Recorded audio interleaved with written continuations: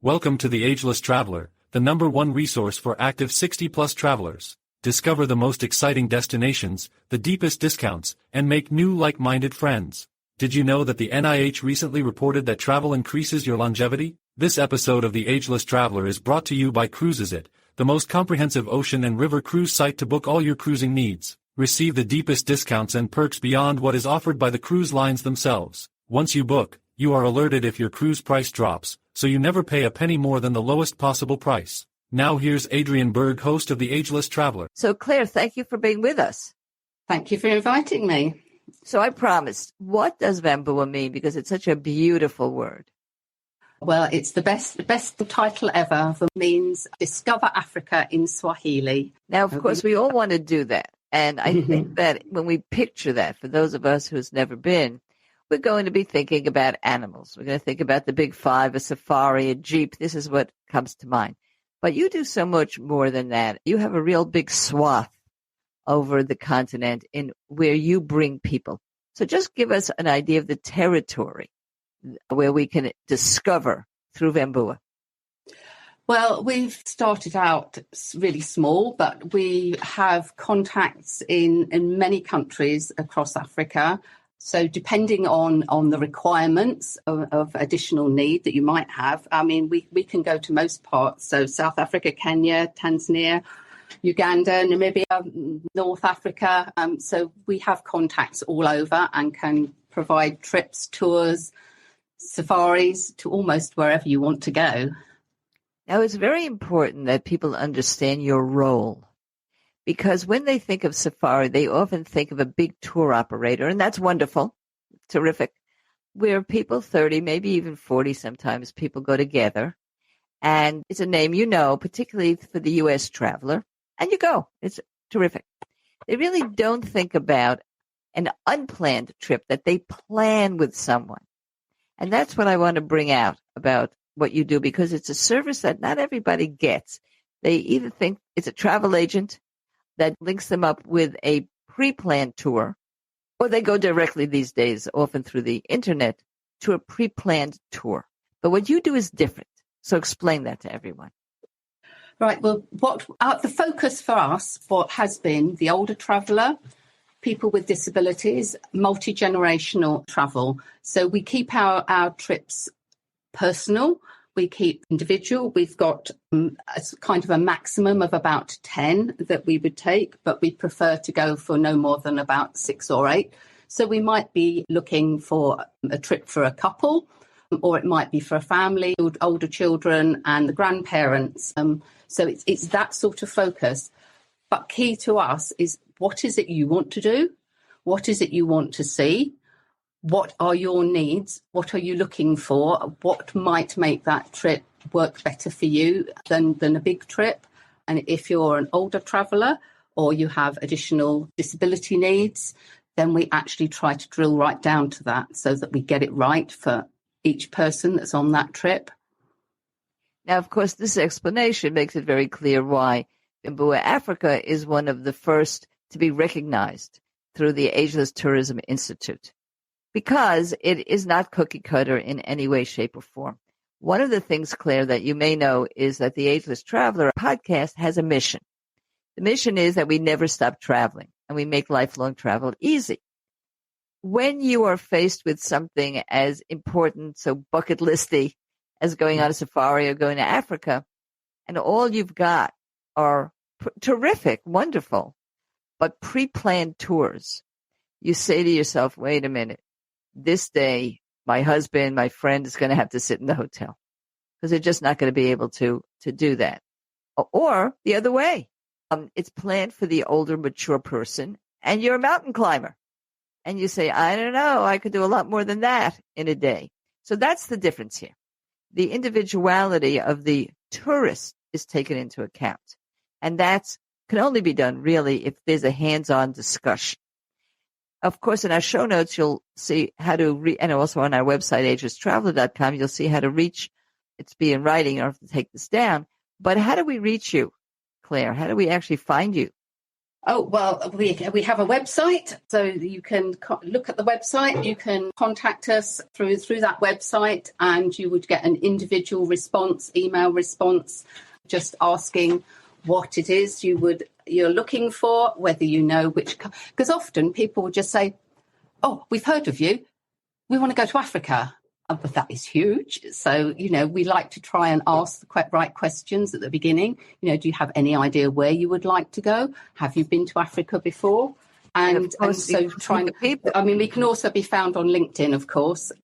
So that's our starting point is just starting that conversation like you would start any conversation about, what is it you want to do? Yeah. So if you have been thinking about a big trip like that, and you're saying, well, we're a multi-ability family or we're a multi-ability couple, which means one could go a little faster, the other one could go a little slower. Or we want to bring our kids. We're an extremely active family. We've been mountain biking all over the Northwest. So we don't want to be sitting around. This is the point. This is the whole point of the Ageless Travelers, to allow people to pick and choose what's right for them through a conversation, because they don't always know what is great. Nevertheless, before we take our break, Claire, let's whet our appetites here. You do have some most popular trips where you find people say to you, this is where I want to go. What have you found empirically to be where people want to go and that you seem to plan for them there the most? Well, South Africa is obviously a key one for many people. It's what they think of first. It's the Table Mountain, it's the penguins, it's the waterfront, and there is so much to do there. So that's obviously, often what people think of first. Kenya, Botswana, Zambia are all particularly places that we have wonderful safaris that we know can be made to be accessible to most people. We've got vehicles that allow you to get on and off much more easily than clambering up and things like that. So, yes, we have Botswana is an amazing country to go to. We have contacts there. You can get, if you had a wheelchair, you can get out on the Okavango Delta by boat, because we can get the chairs onto a boat. So you can do whatever you want to do. Well, this is so exciting. And when we come back, we're going to talk about the Big Five, which is what people mostly think about, and give us some advice. I will pretend, not pretending, I'm going, about what I'd like to see. And you can ask me a couple of those questions, and people will see on the spot how this is done. So don't you guys go anywhere.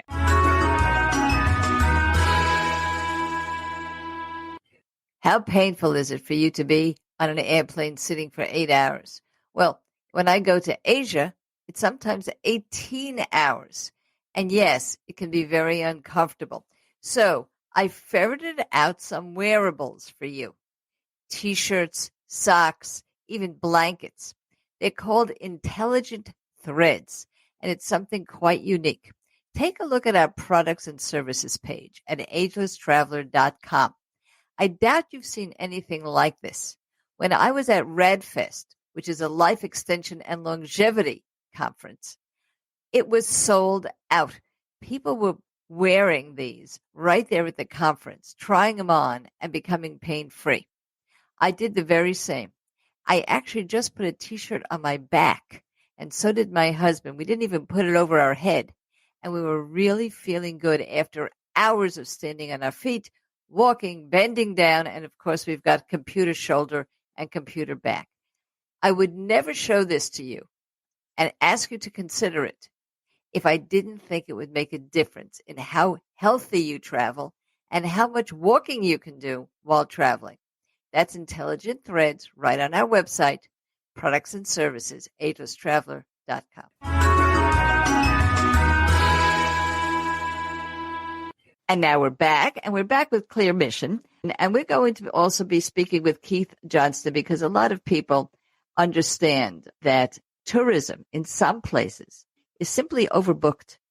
They get to the place of their dreams, and I'm going to mention Venice here, and they spend 3 days online trying to wait to get into the places of their dreams. But this isn't the case here, but Africa is booming. So you have to be considerate of that. And safari is one of those hot places And we're here with Claire, who brings people to these safaris. You mentioned Kenya, you mentioned Tanzania, the places, Zambia, where people go. What are you finding with that? What questions would you ask me if I said I really wanted to go to the Big Five? Well, I was going to say that is key, isn't it? To find the part of the country where there are safaris, where you are, potentially either already in the game park or near to the game park, so that you're not spending hours on end driving from, your beautiful hotel or wherever you're staying to get to the gates to then queue up to get in. So we have people that we already know, so we know where they're sited. And obviously later on, talk with Keith, but he has that hands-on experience. He has been all over, so he has a lot more knowledge of where you go and not have to be in long lines of people queuing up to see the Big Five. Before we go further, I always think, the Big Five. Tell people what the Big Five are. Lion, of course, the big one. Leopard, which is much more rare to find. The rhino, of course, is a huge one, and the elephant and the giraffe. I mean, there was just so many. I mean, the Big Five are just part of it. The bird life is phenomenal. I have never seen so many birds in a couple of hours when I've been out on safari. Birding safaris is another thing for the mature traveler. Yes, yeah. Now, let's go back to culture. If I were your client at this moment, I would definitely tell you I want to meet the people. I'm very interested in seeing the animals. There's no doubt about that. I really want to get out and understand Africa. But you can't understand anything if you don't have the cultural experiences. So are there festivals that you would look at, or particular village experiences, volunteering experiences? What have been some of your favorites? Well, I think for me, it's actually going to lodge somewhere and actually finding that all the people who are working there are local people, that they are employing young people in their catering trades and they're training them up to be chefs and, related staff to create that internal job market. So that's something. I mean, I have been, and I was waited on by a young lady and she had her head right down and I thought, she's not very.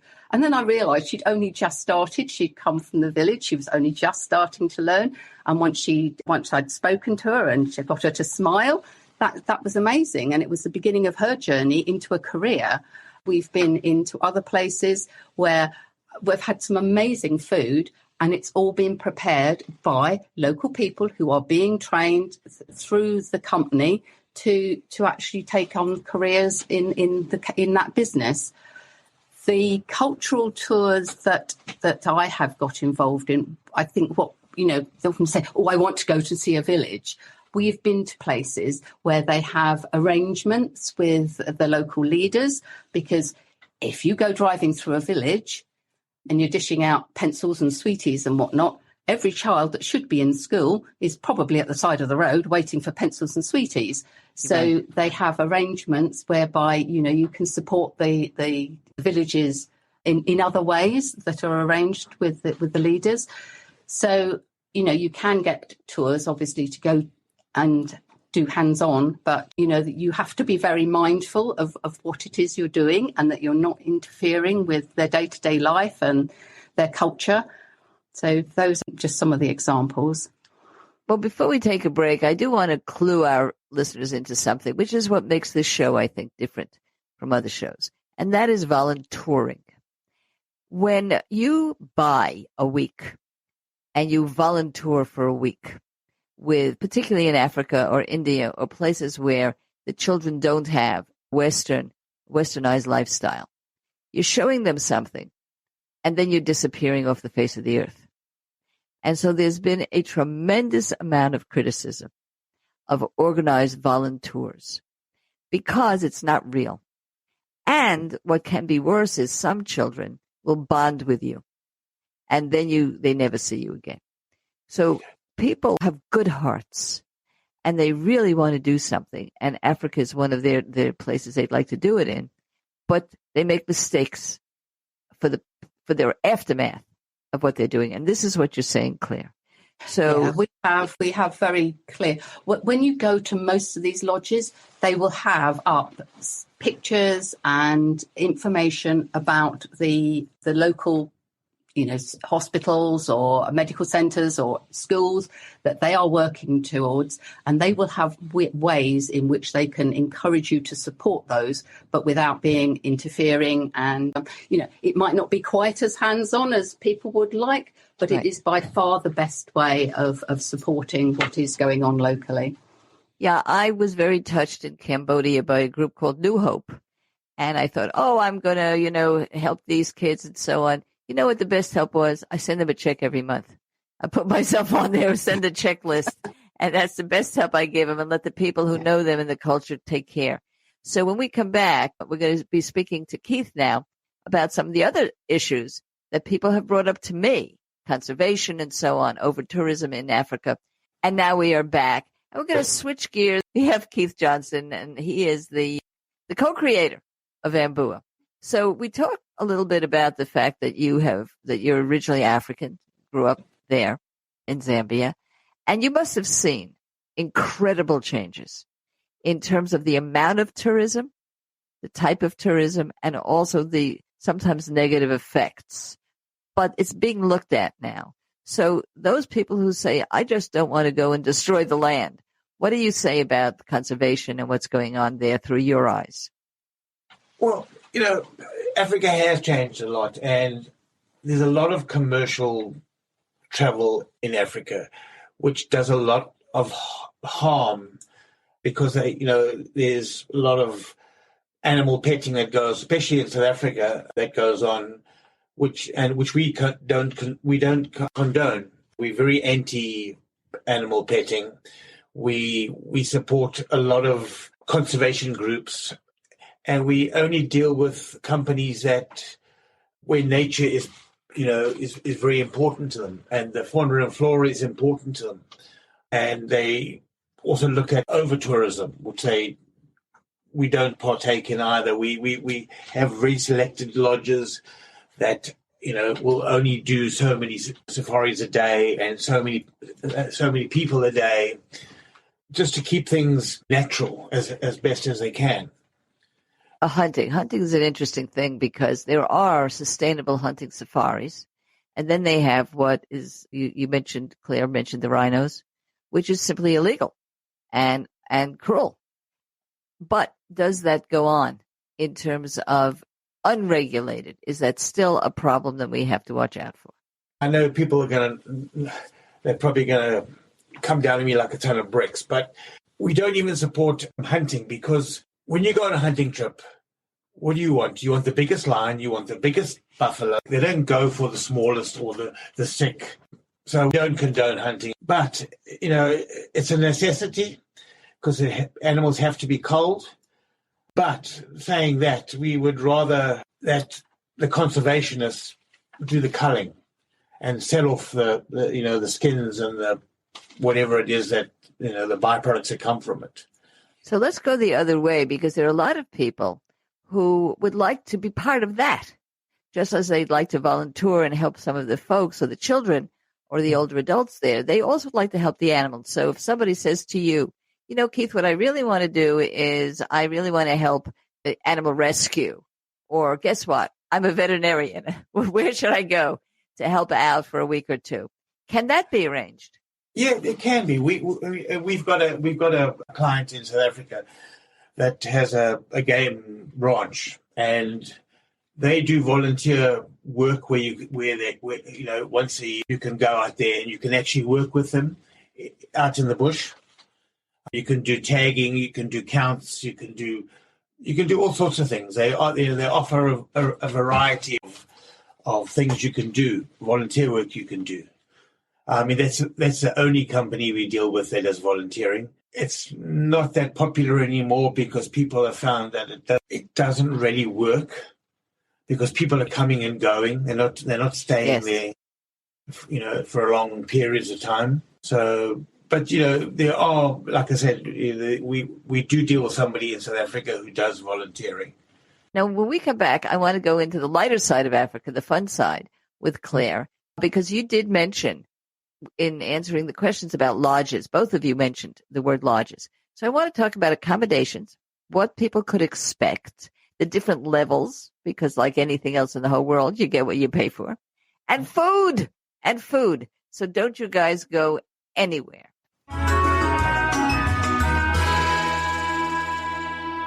You know, for many years, I had a radio call-in show, almost about 20 years. I'm very used to hearing your questions and answering them. And if I can't do that, I have a battalion of experts who can. Do you have questions about travel, about volunteering, perhaps just about volunteering, or even your next step in life after retirement? Well, if you have those questions, please ask Adriane. Very simple to do it. Go to fanlist.com/agelesstraveler. That's fanlist.com/agelesstraveler. You'll see it in the show notes. And ask me by text, by voicemail. It's free. We will get back to you. And if we get enough questions, we'll start to live stream and you'll be able to ask me on the air. fanlist.com/agelesstraveler.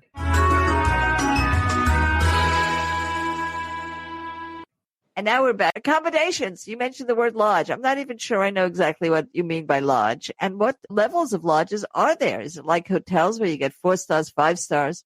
What can we expect? Oh yeah, you can have anything from a tent in the middle of the bush to a 5-star accommodation set around grounds, or hotels as well. So you can have almost anything. I mean, you could have a tree house up in a tree, or you can have your own plunge pool with a double bedroom and a balcony and a patio area and everything that you'd have in any other city. So, but key for me is always if you've got the environment, choose somewhere where you can chill and see what's going on outside, because from where you are, yes, where you without are. the jeeps. Yep. And that also it works so well for people who perhaps need rest breaks between their trips, who perhaps don't want to go out on safari every single day. But I mean, if you choose accommodation which looks out over the plains, you don't know what you're going to see. You could see all sorts. If you choose somewhere which overlooks a waterhole, I mean, mornings and evenings, you don't have to go anywhere, and you could see any animal that needs to come down for a drink. So yes, I mean, like you say, you do get what you pay for, but you can have a safari where they put up the tent, you stay overnight with a fire pit and eat outside around the campfire, and then the next day everything's packed up, taken on ahead, and set up somewhere else. So you can have that sort of level of under canvas experience, or as I say, the 5-star. So. Yes, I'm fascinated by 2 things. First is glamping. I do love to live in tents, but I don't like to put them up, and I like a nice mattress. And that's might be an age thing, I don't know. But I think I would have liked a nice mattress when I was 12 also. So glamping, I know, is a big possibility. But my biggest question for my own self, and I'll leave you with this one before we talk about the food, is how often do you move? Let us say you have a 10-day safari, or even a longer one, a 2-week safari. Are you generally setting it up so that everyone is in the same lodge for the entire trip? Or are we moving around, or is it depending on who you're talking to? It depends on what you want to do, which is why we don't have, people say, can you send us an itinerary? We said, well, we don't have itineraries like that. We arrange it for the person. So if somebody says they want 6 days in one place, then 6 days in one place is what they would get. I think standardly people tend to stay about 3 days or so, and then they'll move around.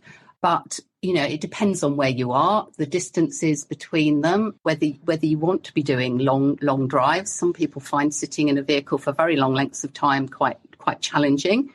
So you can literally do whatever you want.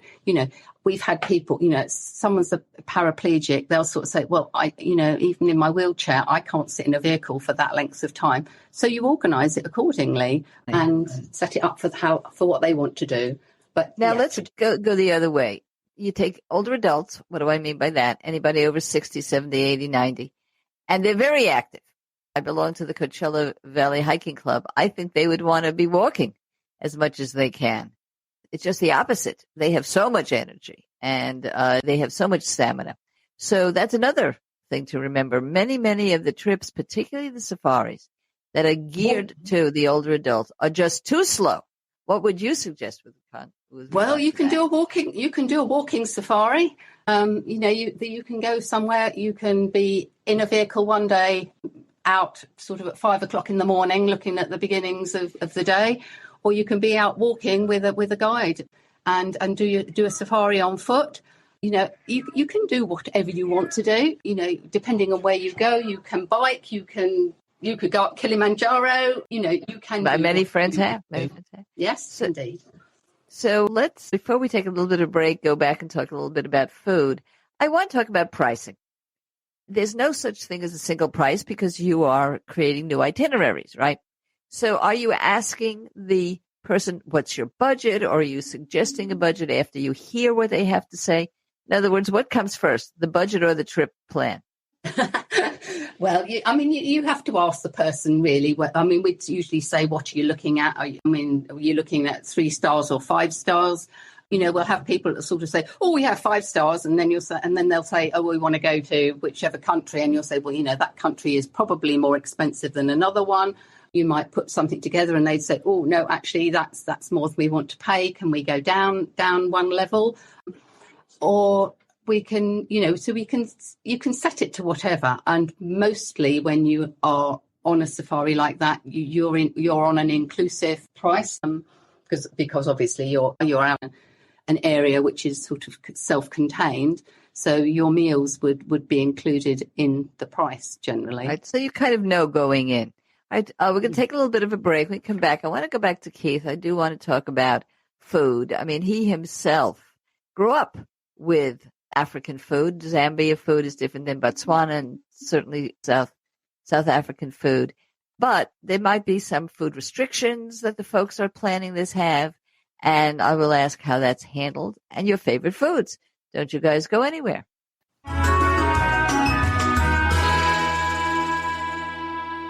Here at Ageless Traveler, we're very interested in breaking down barriers to traveling. And one of the things that you told us is that if you are a caregiver, you find it very difficult to get away for respite care yourself and very difficult to navigate those airports, cruise ships, and any kind of tourism with the person that you love. Well, we fixed that for you. We have a free ebook, The Caregiver's Travel Guide. It might be the first in history, and it is absolutely free. Please go to caregiverstravelguide.com and get your free download of this remarkable book. You can travel without your care recipient with peace of mind, travel with your care recipient stress-free. You will learn exactly what you need to do to navigate the tough spots, everything from hydration for both of you to the way you should be packing. And of course, your legal rights, your insurance needs, and all the questions answered that you had nobody to ask. And that is the Caregiver's Travel Guide. You'll find it free of charge to everyone. caregiverstravelguide.com.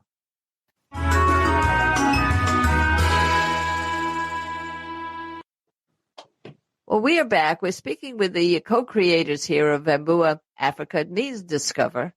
And it's a very specialized kind of a service that they provide for people of all abilities, and specifically the toughest when there are multi-abilities in a family. It can simply mean that you have older adults and younger and children. It can simply mean that you have a couple, just 2 people or 2 friends, and one can walk at a little bit of a slower pace than the other, or it can mean that there's a full board, an issue of equipment that is needed. And yet everybody wants to be together. They want to have the time of their lives. So one of those things where people have different abilities, I'm going to say, is food.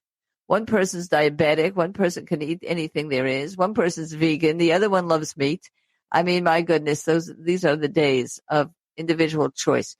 So, Keith, if you've actually lived in Africa, what's your favorite cuisine? Let's start with that, and then we'll talk about the health issues about it. Well, if you're talking, African food, then I would Yes. say pup is probably one of the nicest things you can have, which is maize meal. You can have it with, you can have it with chicken. You can have it with anything. It goes with virtually anything, and it's eaten in all over Africa. Maize meal is, one of the staple food diets for Africa. They eat a lot of dried fish.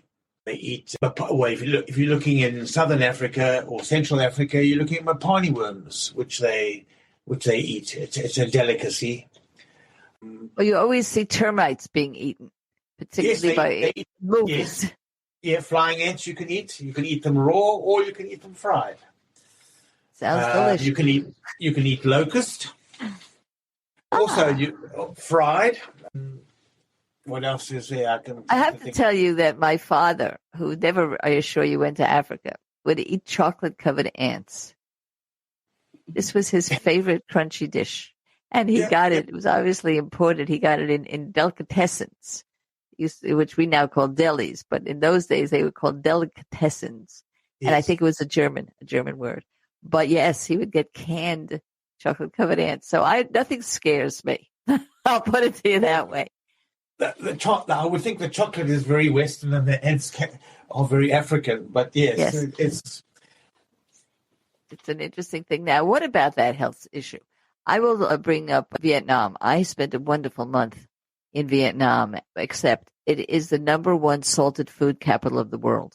They have a fabulous cuisine, but it's very salty. And so we have that as an issue. And how did we eat? It was not so easy. Is there anything to look out for? And how do you handle someone who says, hey, I'm diabetic? That's one of the things we ask every time is, what are your allergies? Because a lot of African food can't be eaten because it's all very natural food. And so, if you have allergies, we would recommend you stay away because we can't guarantee what's in the food. Yes. It's not a big label like he'll tell you exactly how much potassium is in something. Yeah, it's not labeled food. Yeah, you can't buy that in a store, so it doesn't have a label on it. So we're not quite sure. Even though they say if you ask them, they might say it doesn't have wheat in it, but we can't guarantee that. So let's talk about the cuisine though, because Africa is exploding. One of the things that Claire mentioned, and this is a big up note for me, so I'm very happy to end on this up note, is that tourism, with all of its problems, is bringing a tremendous amount of jobs. As Claire points out, the young lady who never really had work or even the ability to work can now flourish in the hospitality industry. So what's happening with the cuisine? Are restaurants opening and are they becoming more cosmopolitan? What's going on? I think you get a bit of, it depends on where you are, and I think you get a bit of both. Last year we were in Zambia and we were out on the Luangwa River, and they had trained chefs there, that local chefs, and we had a pudding, I think it was, that was made from all local products, and it was really nice. So African food is getting into the market, but it's more in the in your safari areas, in your touristic areas. Yeah. When you go into the cities, it's very cosmopolitan food, and it has an African flair to it, but it's very much cosmopolitan. So it's the name, you don't have to worry if you can't get, a hamburger. You'll figure out a way to make that happen for the people who need it. And low salt for the people who need it. Yeah. Yeah. You go to anywhere in Africa and ask for a hamburger, you'll get a hamburger. Mm-hmm. I mean, it's just, that's the way it's become. It's changed a lot in the last 20, 30 years. It's changing more rapidly than anywhere else in the world because it had a lot of ways to go. I will end with this. The issue of older people is interesting in Africa because it's a young country. If you would look at the demographics, you'd see more young people. But the number of people who are living past 60s, 70s, and 80s statistically is growing more rapidly than in westernized countries. There's a real focus now on issues of older adults, which they never even had to worry about before. So now we have that too. So there's a lot of wonderful ways for older adults in the West to reach out to older adults in Africa and make it also part of the trip. It's really a lot of fun to see how the older adult in Africa keeps up the traditions, the costumes, the songs, the music, the dances that would otherwise be lost because it is becoming a cosmopolitan continent, just like everywhere else. So before it gets to look like your local mall, you ought to go. That's my bottom line. So Claire, before we leave and say goodbye to you guys, tell me what's next. Give me something you're planning for a client right now that really excites you. At the moment, we're planning a multi-family safari. They're going to Kenya and they've got adult children, so they're staying in hotels. They've travelled extensively before. He became unwell and hasn't travelled for many years, so they've got family to visit. They're going to the coast. They're going on safari. They're visiting friends in the city. And yeah, it's exciting because we're helping to make it happen. It's something he's wanted to do for his children for a long time. His illness and disability has made him scared. And we are just really hoping that he has a wonderful time. So this is what I mean by quintessential, never stop traveling, lifelong travel made easy. And I thank both of you so much. I congratulate you for being one of the first to be designated as Ageless Tourism Institute, recognized for your age friendliness, and keep up the good work. Thank you very much. Thank you so much. And for everybody else, you know what I'm going to say. Please do look at agelesstraveler.com. It doesn't only have our podcast. It has our blogs. It has wonderful equipment that you may need to make your travels easier over on our curated products page. This is all very important to make it possible for you to travel. And until next time, you know what I'm going to say to you. Never stop traveling.